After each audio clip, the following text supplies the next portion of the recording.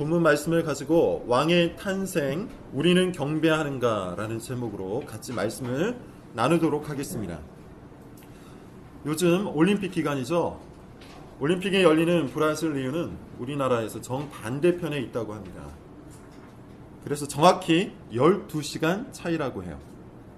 우리나라가 오전 9시면 그 나라는 오후 9시고 우리나라가 새벽 2시면 그 나라는 오후 2시인 것이죠. 그러다 보니 경기를 보기가 참 어렵습니다. 예선전만 간신히 볼 수 있어요. 그런데 정작 중요한 경기는 언제 열립니까? 새벽에 열리죠.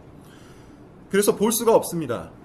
아침에 일어나면 뉴스를 통해서 각종 메달 소식을 들을 수밖에 없어요. 이번 주에 가장 인상 깊었던 뉴스가 하나 있죠. 박상영 선수 뉴스입니다. 다 아실 겁니다. 14대 10에서 기적의 역전승을 거둔 펜싱 선수예요. 저도 영상을 몇 번이나 다시 돌려봤는데 볼 때마다 짜릿했습니다. 요즘 같은 폭염에 모든 국민을 시원하게 만든 기쁜 소식이었어요.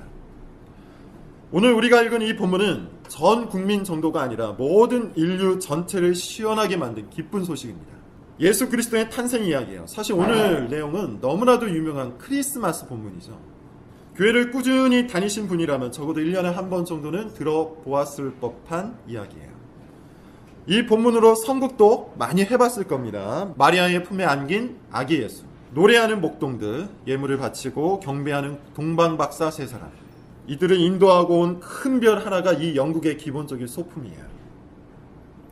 어렸을 때부터 너무 많이 들은 이야기고 너무 많이 보아온 장면인데 여기에는 몇 가지 오류가 숨겨져 있어요. 첫 번째 오류, 동방박사 세 사람입니다. 뭐가 잘못되었을까요? 먼저 동방이라는 표현이에요. 원문을 보면 엔테 아나톨레라고 하는데 별이 떠오르는 곳에서 별을 보았다라는 뜻입니다. 동방이라는 뜻이 아니에요. 후보 지역이 네 나라인데요. 바벨론, 페르시아, 이집트, 아라비아입니다. 이집트를 제외하고는 대개 이스라엘보다는 동쪽 방향에 있는 것은 맞지만 정확히 동쪽은 아니에요. 바벨론 같은 경우는 오히려 북쪽에 속해 있죠. 동방이라는 표현 때문에 별 이상한 소문도 많이 있었습니다. 이 동방 박사들이 신라인이었다는 거예요. 증거로 별을 연구하는 첨성대가 경주에 있었다. 그리고 당시 김수로 왕의 부인이 인도 아유타국의 부인이었는데 이 아유타국이 유대 공동체였다. 뭐 이런 설이 있습니다.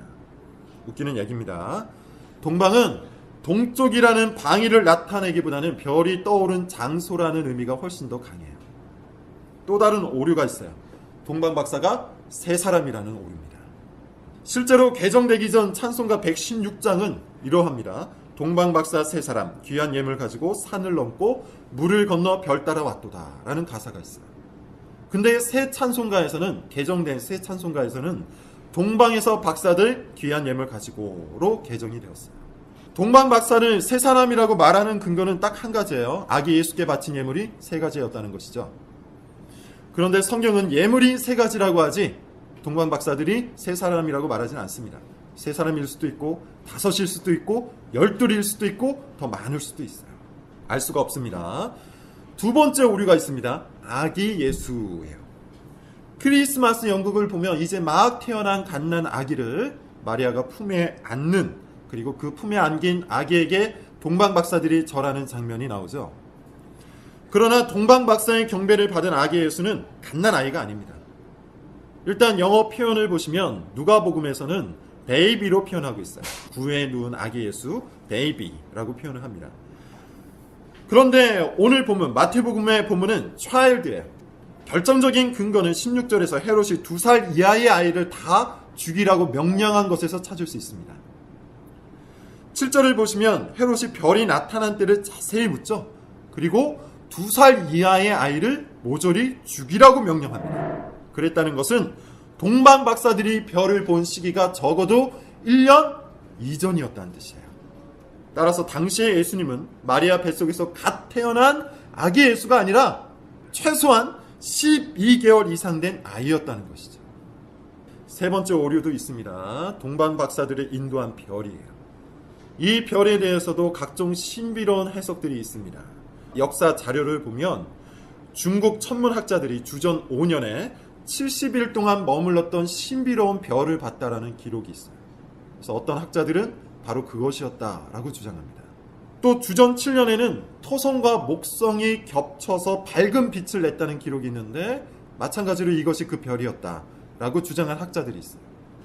세 번째 해석도 있습니다. 주전 11년에 헨리 혜성이 등장했다는 기록이 있는데 바로 그것이다 라고 주장하는 사람들이 있습니다. 그러나 그 어떤 해석도 본문에 등장하는 이 신비로운 별의 움직임을 온전하게 해석할 수는 없어요. 온전하게 설명할 수는 없어요. 2절을 보시면 박사들이 동방에서 별을 발견했다고 하죠. 그리고 9절을 보면 그 별이 문득 다시 나타나서 그들을 인도했다고 해요. 그리고 10절에 보면 이 별을 보고 그들이 매우 기뻐했다고 하는데 이 표현들을 볼 때 그 행간 속에는 어떤 의미가 있습니까? 아마도 별이 중간에 사라졌던 것 같아요. 그러다가 다시 나타나서 동방 박사들을 이끌었다는 겁니다. 여러분, 어떤 별이 이런 움직임을 보일 수 있습니까? 가장 성경적인 해석은 하나님께서 동방 박사들을 이끄시기 위해 자신의 주권으로 나타내신 신비로운 빛으로 해석하는 거예요. 예컨대 모세의 공동체를 이끄실 때 불 기둥을 사용하신 것처럼 동방 박사들을 위해서 그런 빛을 사용하셨다는 겁니다. 따라서 이 빛은 모든 인류가 발견할 수 있는 천체에 떠있는 그런 별이 아니에요. 마태가 별로 표현한 이유는 신명기에 나오는 구절 때문입니다. 신명기 24장 17절 한 별이 야곱에게서 나오며 라는 구절 때문이에요. 이것은 메시아에 대한 예언인데 마태복음의 독자인 유대인들에게 신명기 말씀을 떠올리게 하기 위한 표현일 뿐입니다. 문자적인 별로 해석할 이유가 없다는 거예요. 이 세 가지 오류를 교정한 후에 오늘 본문이 의도하는 주제로 들어가 보도록 하겠습니다. 1절을 같이 한번 읽어봅시다. 1절입니다. 자, 시작. 헤롯 왕 때 예수께서 유대 베들레헴에서 나시매 동방으로부터 박사들이 베들레헴 예수님께서 베들레헴에서 탄생하시죠. 그때 동방에서부터 찾아온 박사들이 있었어요. 근데 베들레헴으로 가지 않고 예루살렘으로 갑니다. 왜 그랬을까요? 먼저 이 박사들의 정체를 알아야 돼요. 박사라고 하는데 오늘날의 PhD 그런 박사처럼 생각해서는 안 돼요. 일종의 점성술사였어요. 마술사였다는 겁니다. 즉 별을 관찰해서 미래를 예측하는 제사장들이었어요. 고대 사회에서 점성술사들은 꽤 높은 위치까지 올라갔는데 고대 사회의 왕들은 이들과 함께 국정을 논했기 때문이에요. 중요한 결정을 할 때마다 이들을 찾아갔다는 겁니다. 오늘날로 이야기하면 장관급 이상이었다고 생각하시면 돼요. 중요한 것은 이 박사들은 별을 관측하는 사람들이었다는 것이죠. 어느 날 아주 심상치 않은 빛이 나타납니다. 신성한 기운이 뿜어져 나오는 빛이었어요. 천체에 떠있는 다른 일반적인 별과는 전혀 다른 그런 별이었어요. 이때 박사들은 고대 사회에 퍼져있던 유대 민족의 전설 하나를 떠올렸을 겁니다. 당시에는 유대 민족이 고대 근동 지역에 흩어져 있었기 때문에 그들의 종교나 경전에 대해서 이방인들도 아주 잘 알고 있었어요. 심지어 유대교로 개종한 사람들, 할례가 싫어서 개종은 하지 않았지만 여호와 하나님을 경외했던 사람들이 고대 근동 지역에 수십만 명이 있었다는 기록이 있습니다. 어찌되었든 이 박사들이 알고 있는 그 전설의 핵심은 한 별이 야곱에게서 나오는데 그가 유대인의 왕이 될 것이다 라는 것이었어요. 박사들은 즉각 여행 준비를 하고 예물을 갖춰서 유대 땅으로 떠납니다. 유대인의 왕이었기 때문에 당연히 예루살렘에서 탄생할 것이라고 예측하고 예루살렘으로 간 것이에요. 그래서 예루살렘에 찾아온 동방 박사들입니다. 2절, 3절을 같이 한번 읽어볼까요? 2절, 3절입니다. 시작.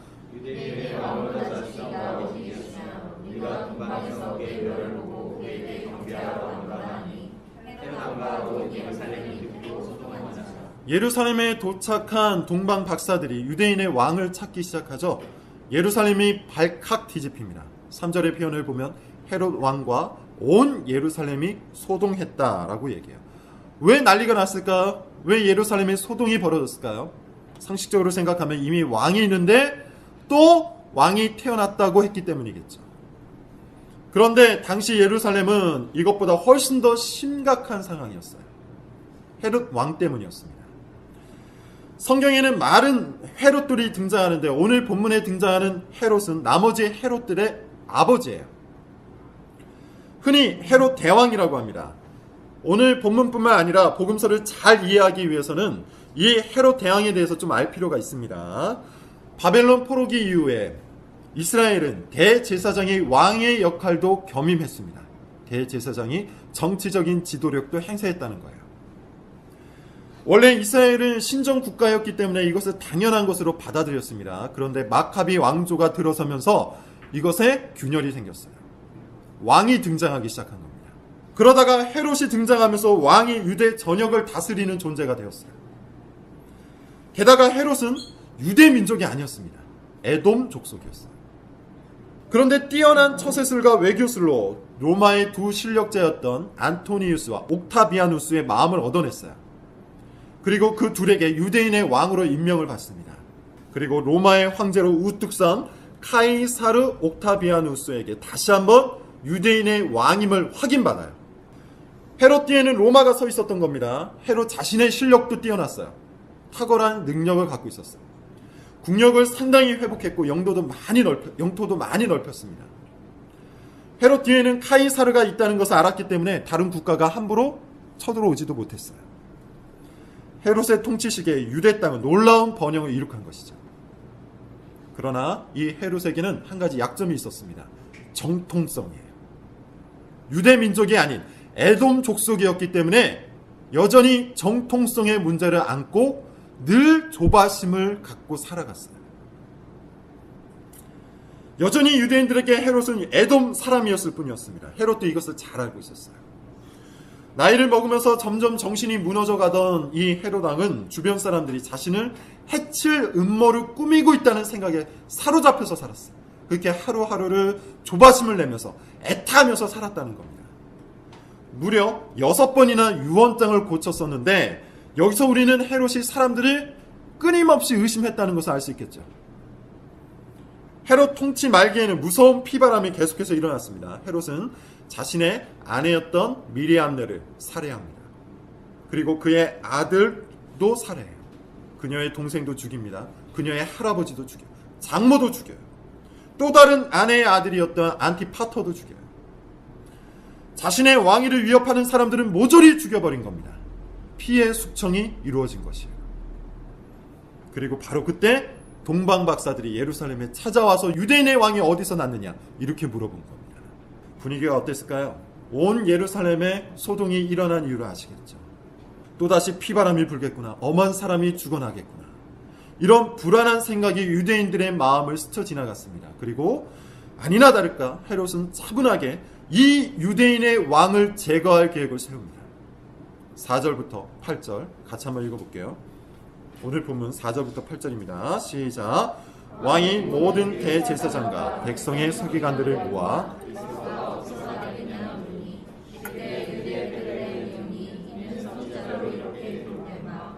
또 유대 땅 베들레헴아 너는 유대 고을 중에서 가장 작지 아니하구나. 내게서 한 다스리는 자가 나와서 내 백성 이스라엘의 목자가 되리라 하였음이니 이에 헤롯이 가만히 백성들을 불러 별이 나타난 때를 자세히 묻고 베들레헴으로 보내니 이르되 가서 아기에 대하여 자세히 알아보고 찾거든 내게 고하여 나도 가서. 재미있는 장면이 나옵니다. 헤롯이 그리스도가 어디서 나겠느냐라고 물어요.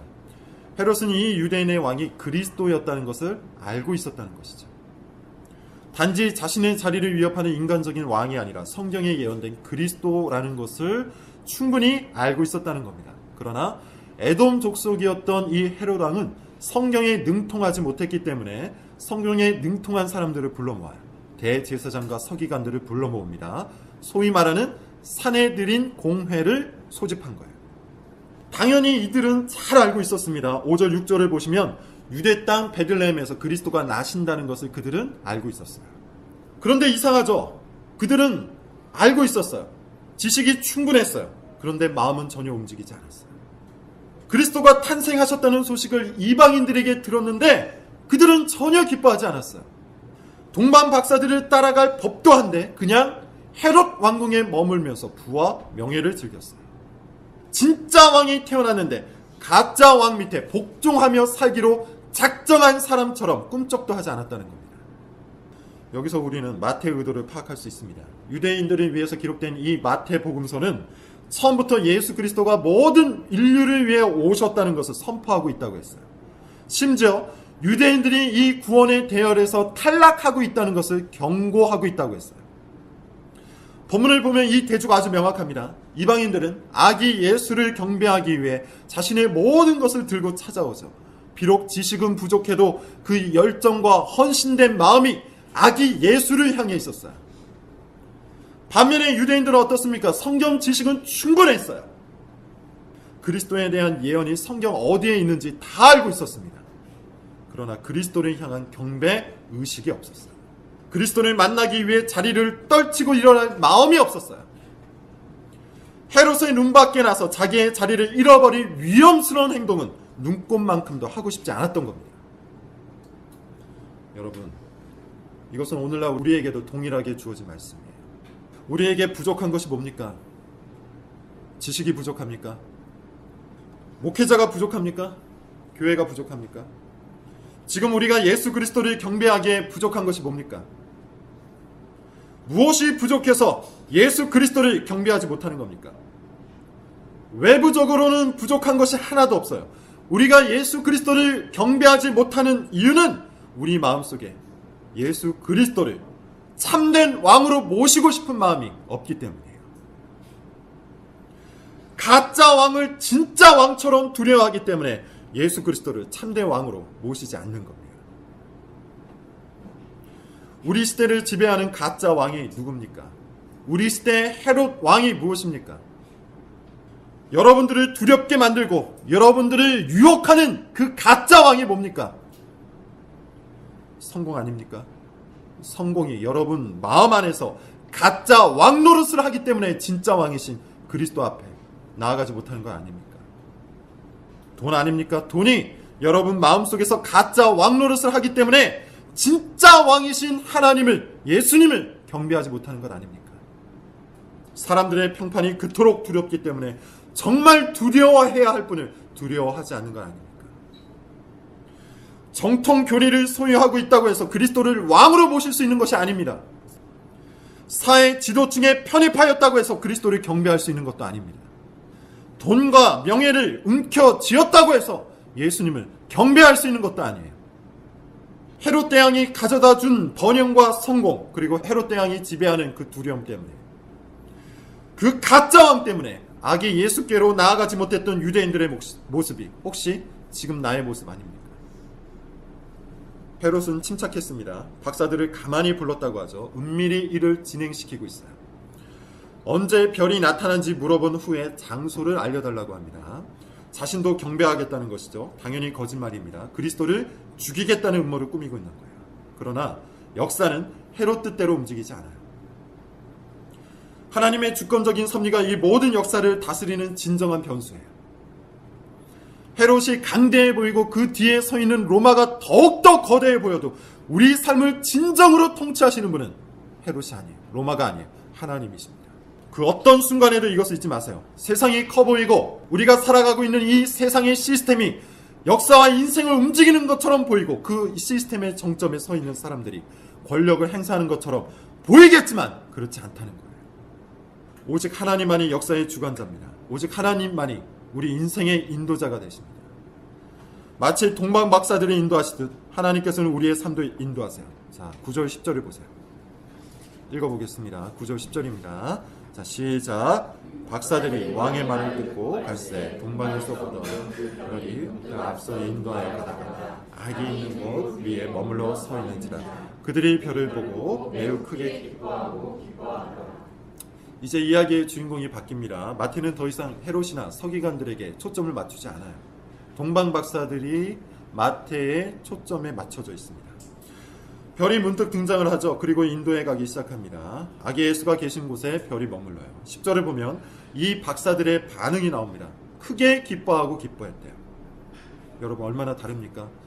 왕이 탄생했다는 소식을 들은 헤롯 왕궁에서는 음모와 두려움과 냉랭함만이 흘렀는데 이방인 박사들은 기뻐하고 기뻐했대요. 이것이 복음을 만난 사람의 올바른 반응이에요. 그들의 모습을 좀 더 봅시다. 11절입니다. 같이 한번 읽어볼게요. 11절 시작. 집에 들어가 아기와 그의 어머니 마리아가 함께 있는 것을 보고 엎드려 아기께 경배하고 보배압을 열어 황금과 유향과 모략을 예물로 드렸다고 하는데 이것에 대해서 알레고리적 해석을 할 필요는 없습니다. 어떤 분은 황금은 왕됨을 상징하고 유향은 제사장됨을 상징하고 모략은 그리스도의 죽음을 상징한다고 해석하는데 그렇게 해석할 근거는 없어요. 당시 문화권에서 황금과 유향과 모략은 모두 귀한 물품이었고 동방 박사들은 왕의 탄생에 걸맞은 예물을 가지고 온 것뿐이에요. 그런 해석보다는 구약에서 이 사건의 모형들을 발견하는 것이 더 중요한데 예컨대 스바의 여왕이 다윗의 아들이었던 솔로몬에게 예물을 갖고 경배를 드린 사건입니다. 이 사건은 다윗의 자손인 예수 그리스도께 이방인들이 예물을 바치고 경배한 오늘 본문의 모형이 되는 사건이에요.